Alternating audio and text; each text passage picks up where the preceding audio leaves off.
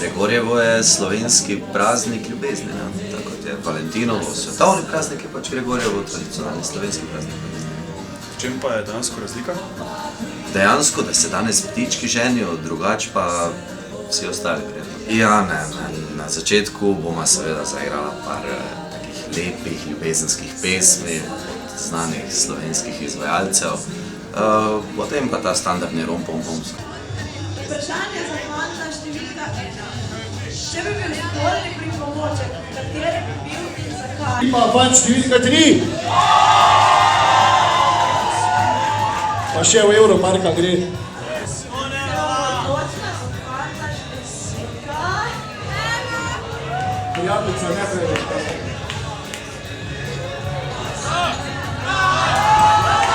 Dobro, fant številka 2. Publika, dajmo malo navijanja.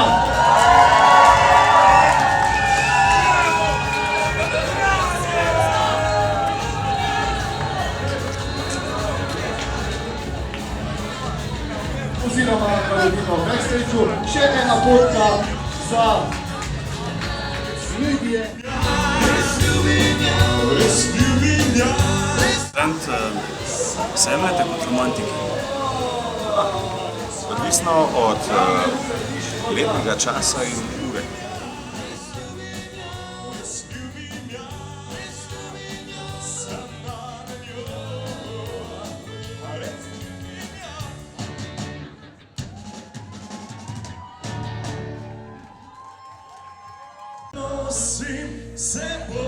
Danes je Gregorjevo.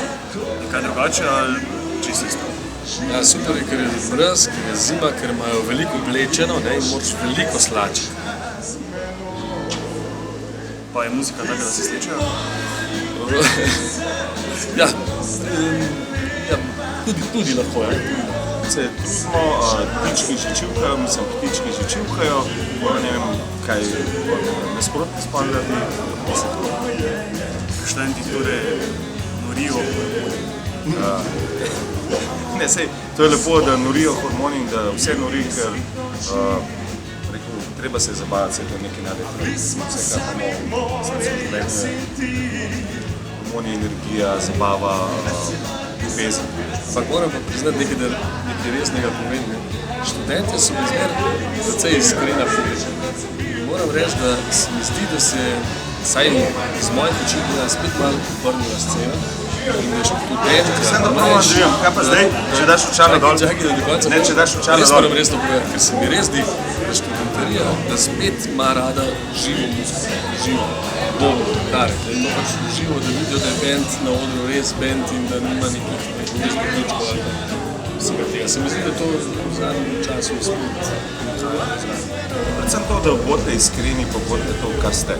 To mi je največji nasvet, da ljudje danes preveč igrajo, tudi predvsem v sebi. Bodite to, točno to, kar ste, to, kar čutite, ampak samo v ljubezni, v pozitivnosti.